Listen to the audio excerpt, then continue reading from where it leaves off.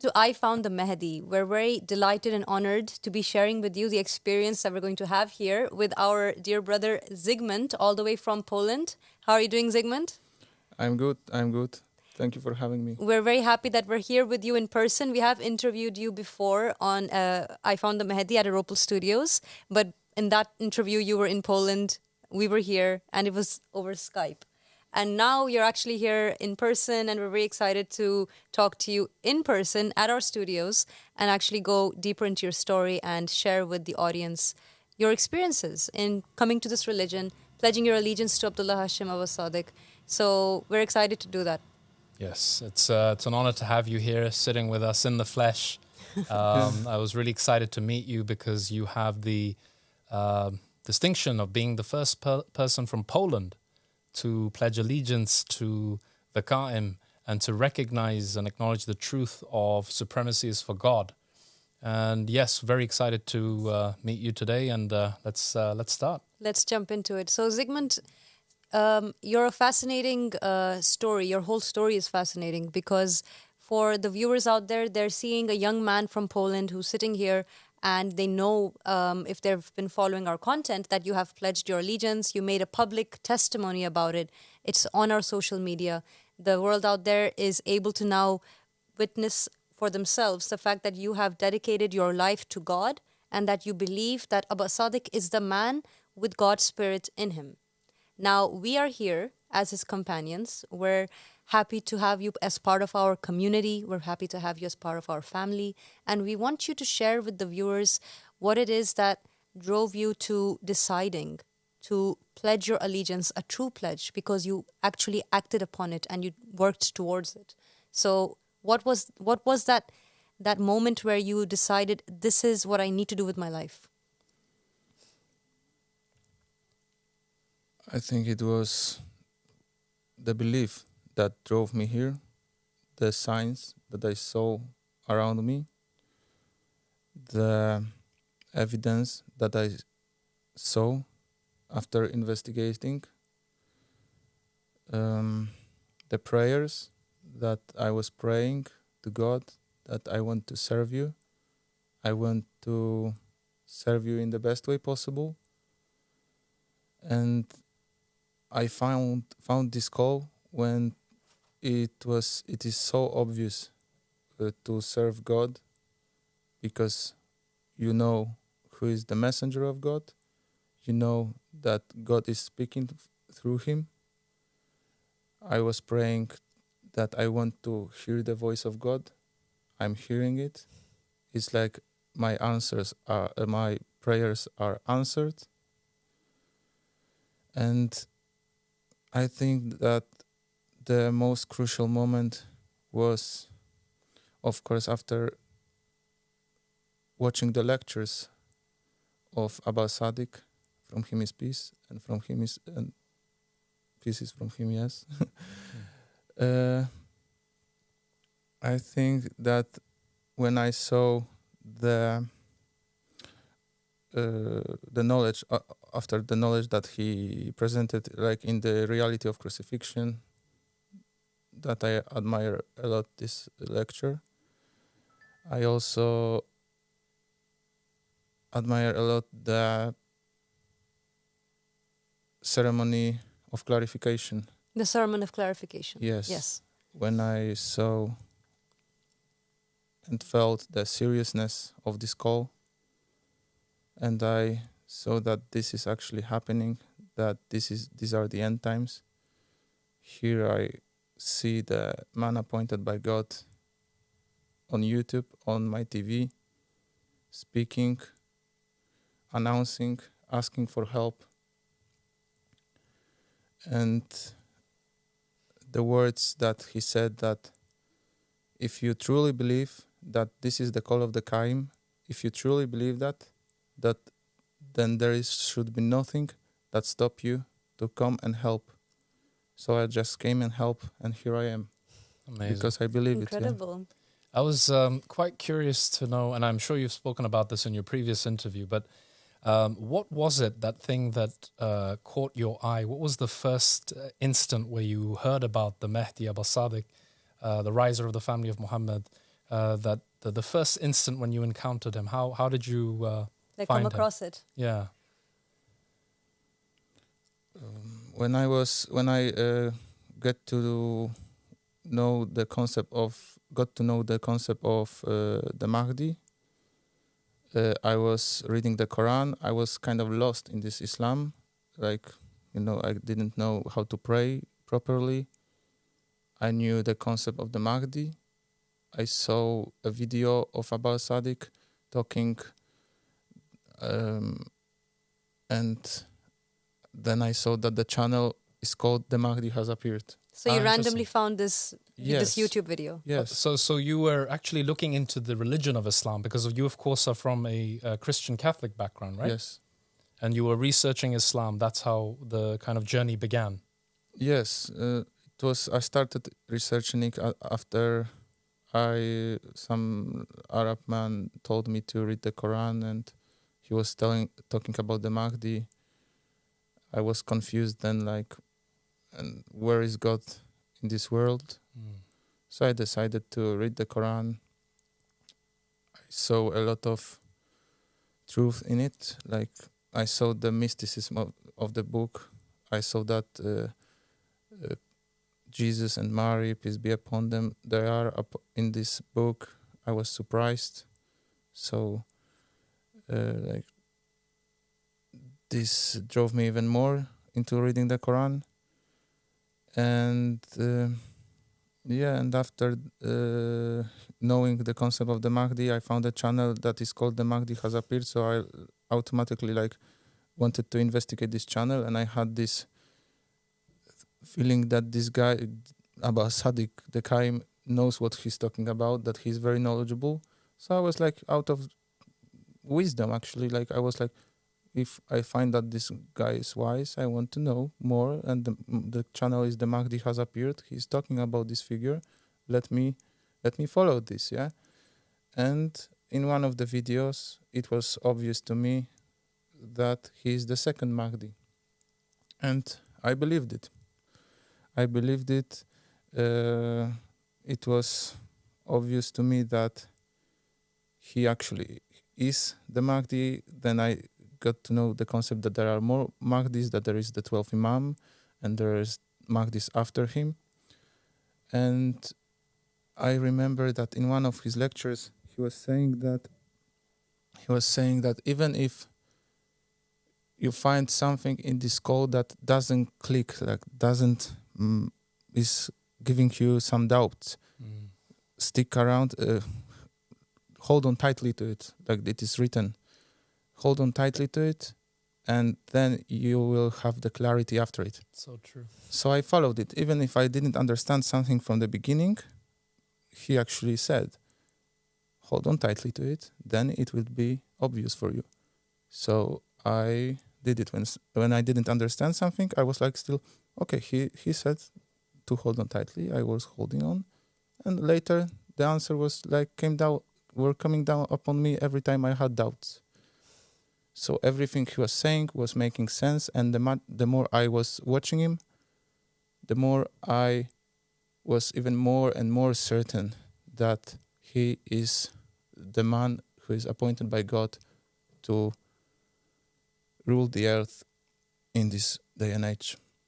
God was enforcing your belief in him. You were seeing that the answers were coming to you even while you were finding something unfamiliar. God was allowing you to understand it because you were patient. You were not distressed or worried or scared of what was new, but you took it step by step, and you took the advice of Abba Sadiq, which he mentions in one of his lectures, which is have patience with that knowledge and wait. And you did exactly that, and now it all makes sense to you to the extent that you pledged allegiance to God in this religion and through this man. And that's amazing. Yeah, another thing that I found really interesting is that as a Christian, you recognize that Jesus and his mother Mary is mentioned in the Quran, and that sort of drew you in initially. And then as you continued on your journey, you found that Abba Sadiq is actually the inheritor of all the prophets and the messengers from all the different religions. And I think that is something that's really an important part of this call, is that it has this unifying aspect to it. Yeah. and it's a testament, isn't it? The fact Yeah. that Zygmunt came from Poland, Right. and you're from that Catholic background, and it's fascinating, isn't it, to know that those characters that you believed in and you grew up knowing about, whether it was the disciples of Jesus, his mother, Jesus himself, Simon Peter, these names that we know from the Gospels, knowing that these are returned prophets and messengers, returned companions who are in this day and age supporting Abba Sadiq and the Qaim. It's such a Yeah, strange experience, isn't it? yeah. And what can I add is that it is not even. I find it like calm. It gives me calmness that I don't even betray my faith, because some people can say when Right. someone from Wow. Poland, Christian, goes into Islam, someone can say, "Oh, you betrayed the faith. You betrayed." And actually, you are not betraying it. You are actually following it. Because if you are sure that Jesus is in this call, this is his call also. This is the call of all the prophets. If you are sure about it, if you believe in it, then you are betraying Jesus if you don't follow it, you know? Well said. Yeah. Very well said. I wanted to ask a question about something you said earlier. You said that, and this was the first thing you mentioned when I asked you what was it that drew you to this religion. You said that Abu Sadiq's explanation on the reality of the crucifixion was something that amazed you. And that's very interesting, because as a Catholic, as a former Catholic, it must have been very important to you to believe in the crucifixion and Jesus having been crucified according to the Catholic faith. But you were drawn in by the reality of the crucifixion, in which Abba Sadiq actually explains how it only appeared to be Jesus, but it was not truly Jesus. So as a former Catholic, I'm sure you can relate to the idea that many Catholics would be offended by that idea. They would find it to be something not true. So what was it that made you not feel like it's not true? Why were you convinced by that? And what would you say to those Catholics who would feel that way? I would say that remember that Bible is just Bible is scriptures put together.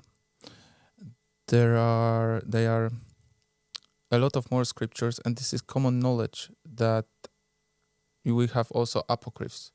If you follow this true belief that you want to know a lot about God, follow every scripture, and then you will get to Quran, because if you have Jesus in the Quran, even if you see that this is a foreign religion, and if you are consider it even a religion of enemy, check it out, see what is written in it, because they say you have to know the language of enemy. So even from whatever point, if you go and follow this belief, I believe that at the end you will find the truth, that you have to investigate more. There is no way that you can just follow the Bible and say that Jesus died on the cross and he is God. He prayed to himself. You have this Trinity. Even if you believe it, you want to know more and more and more about it. And the way to know more about it is to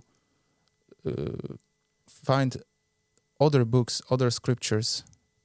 And then you can find that in the Quran it is written that he was crucified in the apparent. What does it mean? What does it mean?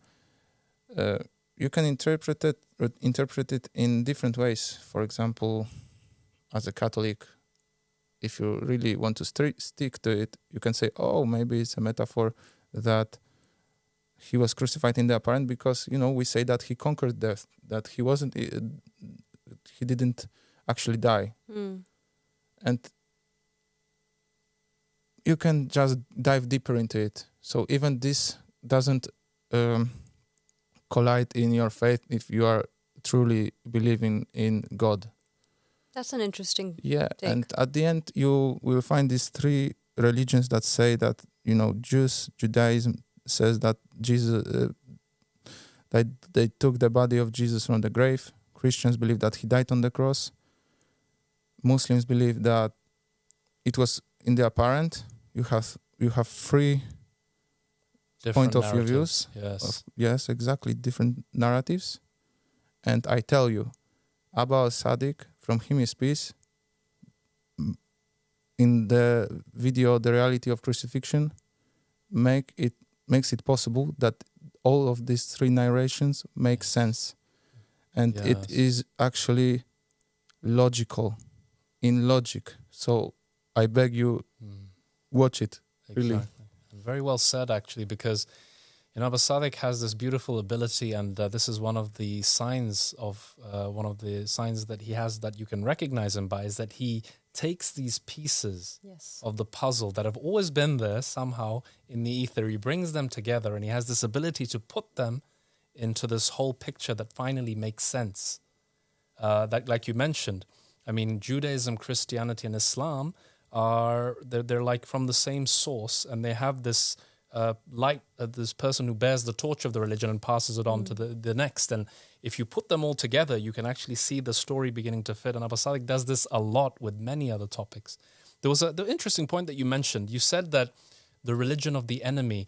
What is the attitude like in Poland, where you grew up, where you were born, towards Islam and Mahdi and the religion of Islam? It's pretty right now, the vibes, the vibes are pretty anti-Islamic, because Poland is a pretty mono-ethnic country right now. Like in the history of Poland, there were times that there were a lot of nations in this country. There were a lot of Jews before World War II. Of course, after World War II, it changed. And now there are a lot of immigrants from Ukraine, and there are a lot of immigrants coming also from Arab countries. And Poles see that what is happening on the west border, on the west countries, that the people, the countries on the west are like losing this culture. They have like more people from foreign lands than there are towns that have 70% of immigrants. So like Poles are like, a lot of them are like fearing that, oh my God, we will actually lose our country. And they consider the religion of Islam very different religion, a lot of them. Like I talk to people that are sure that Jesus is not even a prophet for Muslims. Right. They have this idea that this is completely different religion. It's like it may as well be something like Hinduism or something. Yes, like completely different. And actually, it is not completely different. It is actually the continuation of Christianity. Right. So it is actually an obligation for every Christian to dive into Islam, to dive into Quran, and actually believe in this call. Like, this is the call of Jesus Christ. He is part of this call. And if you truly want to follow your religion that was based on believing in Jesus Christ, you have to follow this call. So Exactly. I would suggest to them that to get over this Islamophobic narration, because it was created by forces of darkness to, Divide the people. To make them think that this is completely different religion, when actually the prophets are the same. Most of them are the same in Christianity and Islam is the continuation of Christianity. Yes. So if you are a Christian and you don't follow the Islamic narrations, you are doing something similar to Jews that didn't follow Christ. Precisely. Maybe not extreme, like you don't crucify them, but you reject them. You reject them, yeah? So exactly. And Abba Sadiq has clarified so much how it is a continuation. This call is the continuation of the Abrahamic faiths, just like you said there. And I think it's very brave and very commendable that you grew up in a place where, as you're saying, there are a lot of the people in Poland, unfortunately, don't even know that Jesus is a part of the Islamic faith. Right. yes. Yet you actually went ahead, you found a Quran, you read it, you embraced a very different language and culture to yourself, and you actually took it in, and it led you to the Mahdi. Because while this call is not calling towards the mainstream Islam, it is the seventh covenant, right? It is the continuation of the Yes, covenants. the sixth. Yeah, exactly. It comes after this, and a great point there, Ali. Actually, and I was thinking the exact same thing.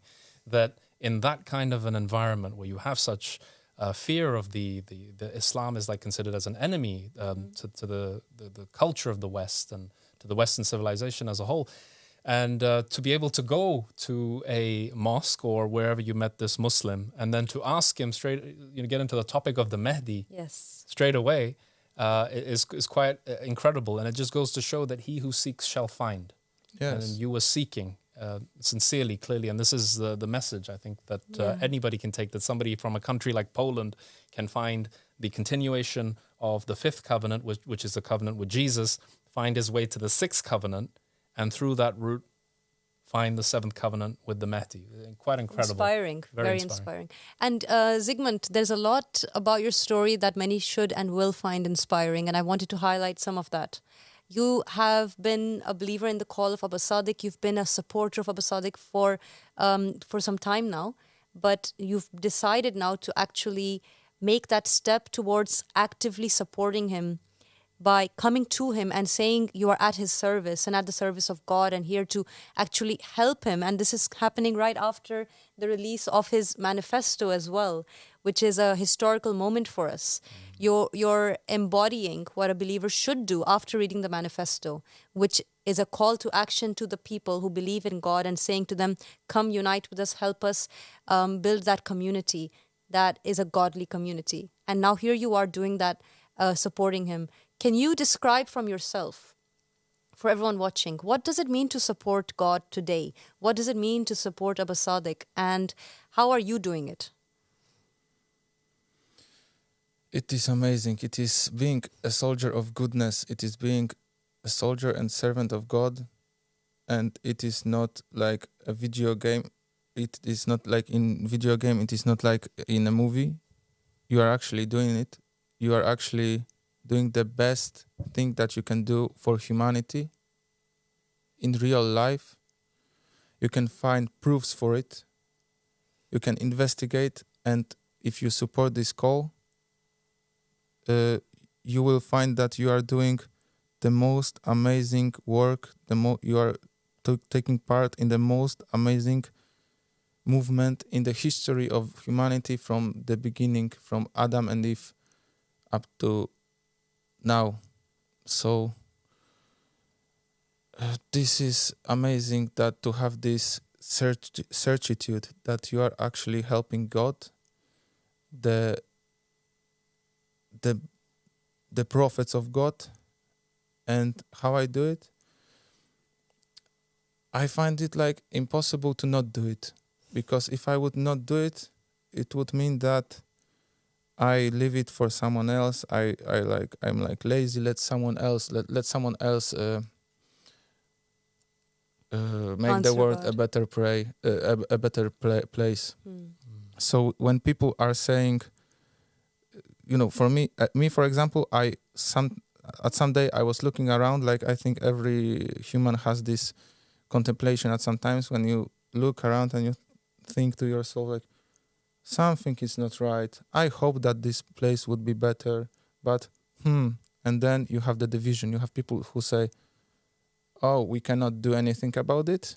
You have people who say, I hope somebody would help me to manage it. And you have people who say, who are like between, and you have people who say that I believe that if we come together as humanity, we can make this place a heaven on earth. So if I am certain that this is the way to make an earth a place that is heaven, that there is peace and there is no war and there is no hunger, and I don't follow it, it for me would be like but I would feel terrible if I would not support it. I would like feel a shortcomer. like a shortcomer, like an ignorant. And intellect is the opposite of ignorance. So if you know that, for example, this is the path of God and you just ignore it, you go into darkness. And you better go into light and into goodness. So for me it is something obvious that I have to support this, because I have to be good person. I want to everybody to live in heaven. I want everybody to live in peace, and this is the way to make it reality. That's an incredible stance. That's the stance of a true believer, and the words of a true believer who's really here to support God and knows the whole point of religion is this, isn't it? Yes, exactly, Ali. And you used a very important word, and it is a word that Abba Sadiq from him, his peace, also uses a lot, which is certitude. Mm-hmm. And I think with the actions you took to make that move, to make that jump, that leap of faith, to land now here with us, what was that moment where you reached to that level of certitude that made you take this big step?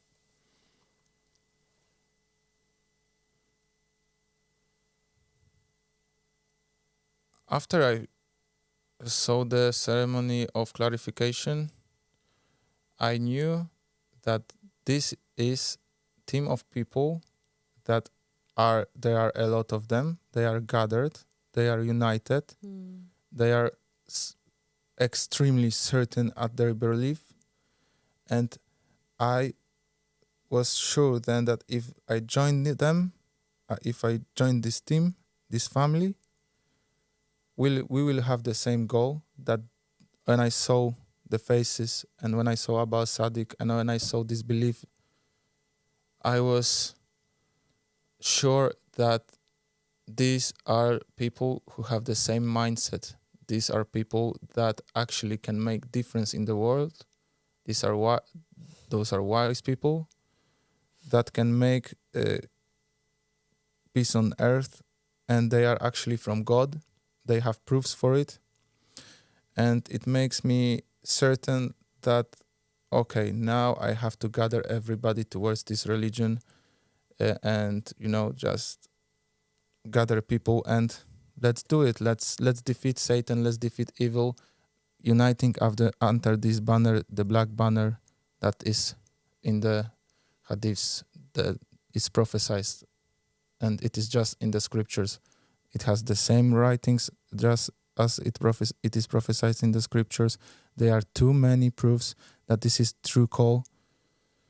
And even if someone doesn't believe in it and he is just a good humanitarian, I think he should join us and try to defeat those tyrants. Alone, right? Great point. Yeah. Yes. This is basically logic, to join people that want to defeat those tyrants and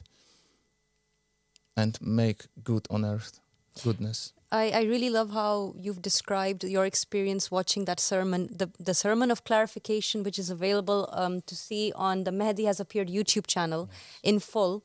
What an incredible sermon that was. And it was so groundbreaking because the people who were watching it, believers and disbelievers alike, friends and enemies, all had such a reaction to that sermon. And it clearly had such an impact on your life, Zygmunt. And seeing the community, seeing the brothers and sisters, and our love for Abba Sadiq, our love for humanity first, the creed humanity first. And you could probably see it, and you can see it in the faces and in the eyes of all the men and women sitting there who have given their lives to support Abba Sadiq in this mission of humanity first. And Zygmunt, you're here now in that very community. You've now come and witnessed it. You're now a part of it. You have decided to give up what you've got to actually be here and support this mission that we have, which is to put humanity before everything. So tell us about that. Tell us about that experience of yours. It is very intense. It is, if you truly believe in it, it is like very intense, because you are walking amongst incarnation of prophets that are known in humanity. You are walking amongst the best crew in the world, the best family in the world. And if you meet the Qaim Abba Sadiq from him is peace, if you believe that you are truly seeing God in creation, you are hearing his voice. Like, just think, you just talk with someone who basically God is speaking through him.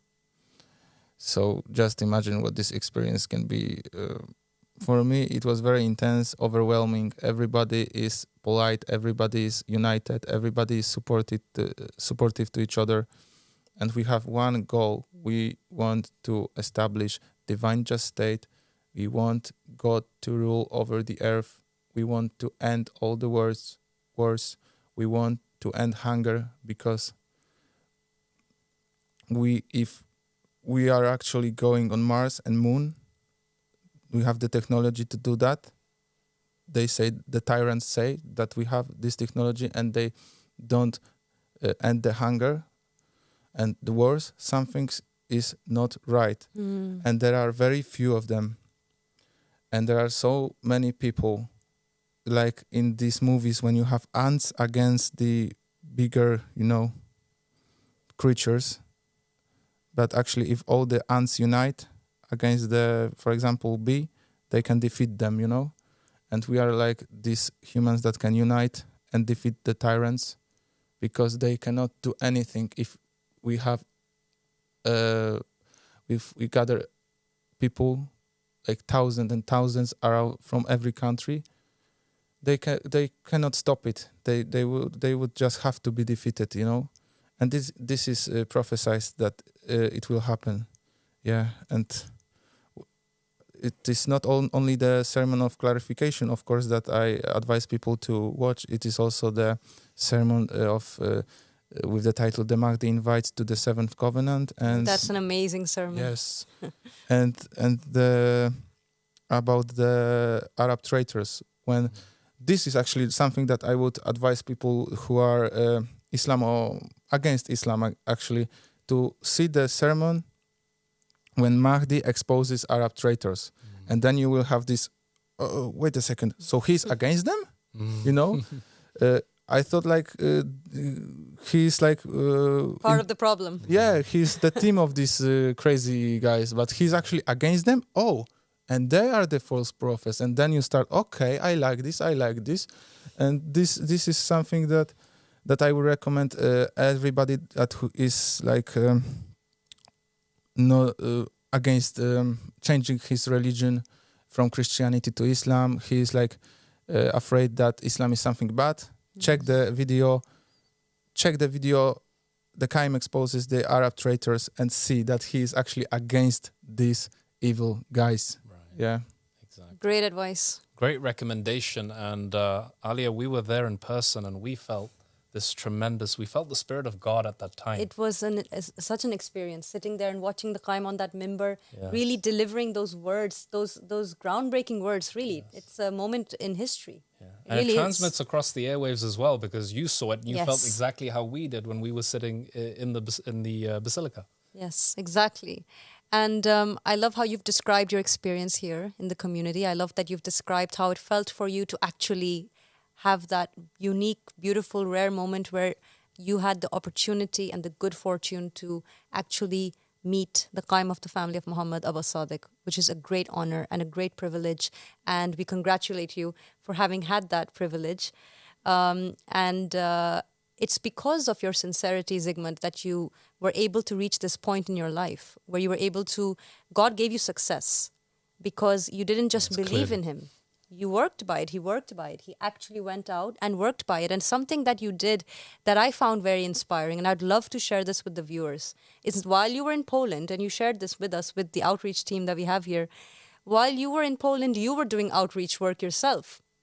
You were being a missionary, going on the streets, talking to random strangers about Abba Sadiq and saying, did you know there's a man who is the messenger of God today? Right. What was that like for you? In a country like Poland, that's not a small feat. Exactly. Yeah, it's like, I think Islamic countries would be like the harder level than in Poland. That's true, actually. That's a good point as well. Good point. Yeah, but you have people reacting in different ways. Some of them are like looking at it and saying, wow, like they are like, that really helped me. Like they say it in the how would you do it? Tell us pessimistic way. How would you open the conversation? Like tell us a story of how it went. I would just look around people and I would say like, oh, this man, maybe he needs some Dawa. He could actually be part of it. Maybe he is looking for God, and I would come and just say, hello, like I have information for you. and just start conversation with, can I show you something on my phone? And I was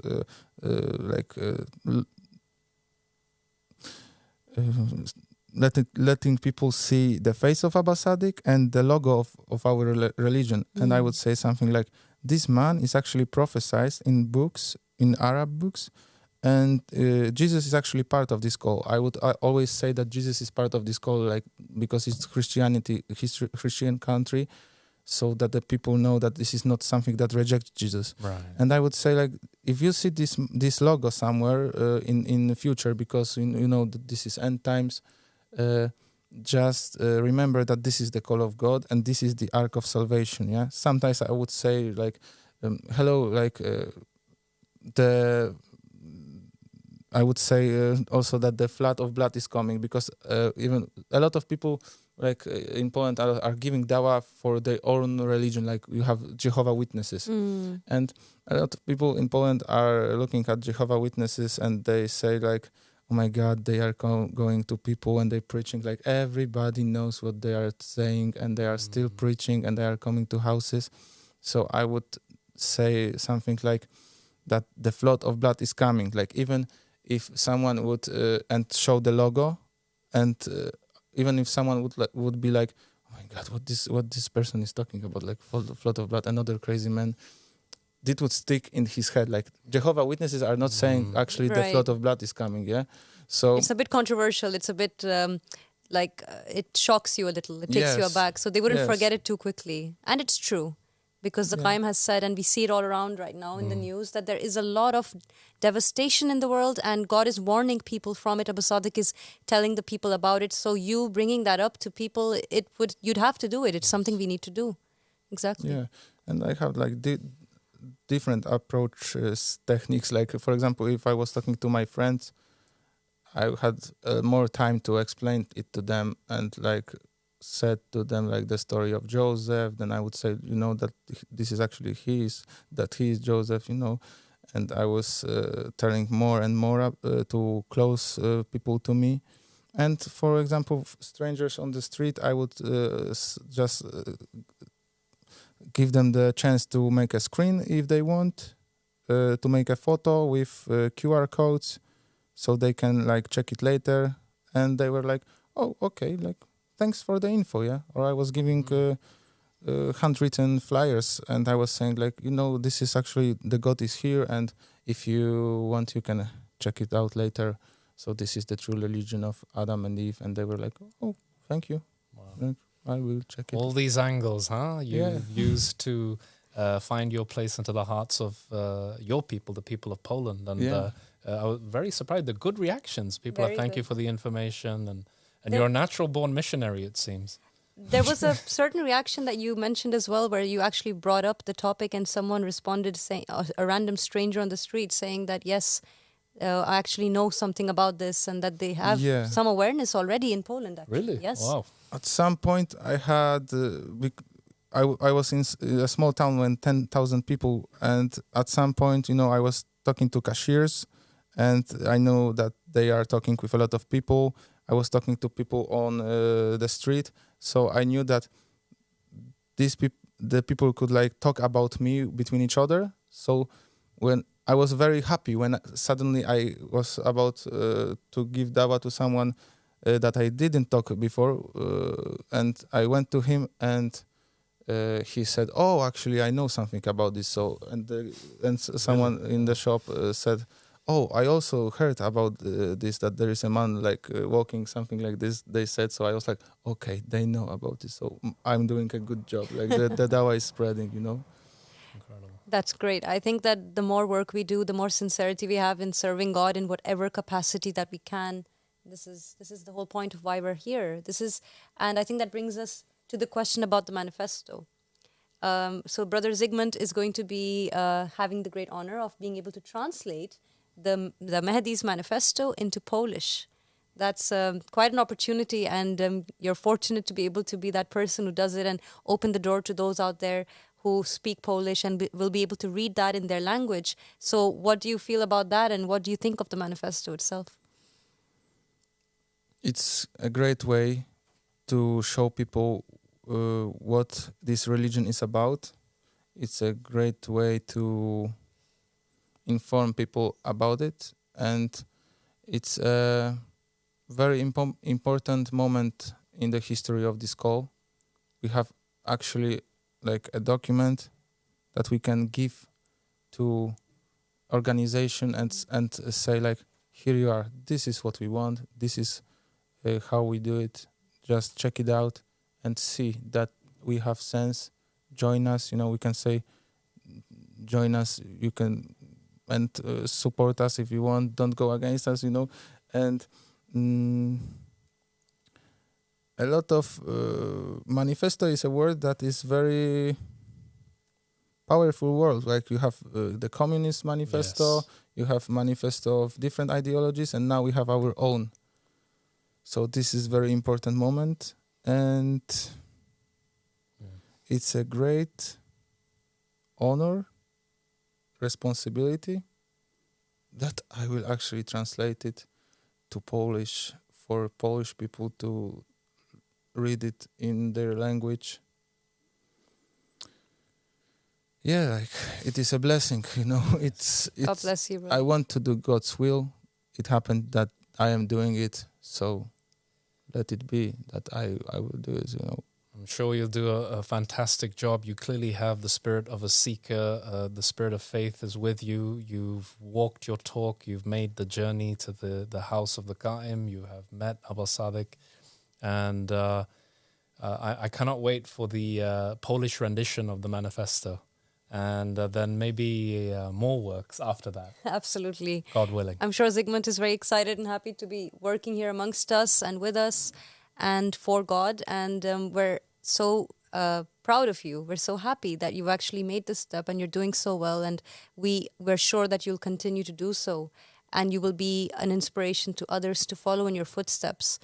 If we look at it from the bigger picture point of view, if we take a step back and we look at what's really happening here, we say that the Qa'im of the family of Muhammad is a man from God, a messenger with the spirit of God in him.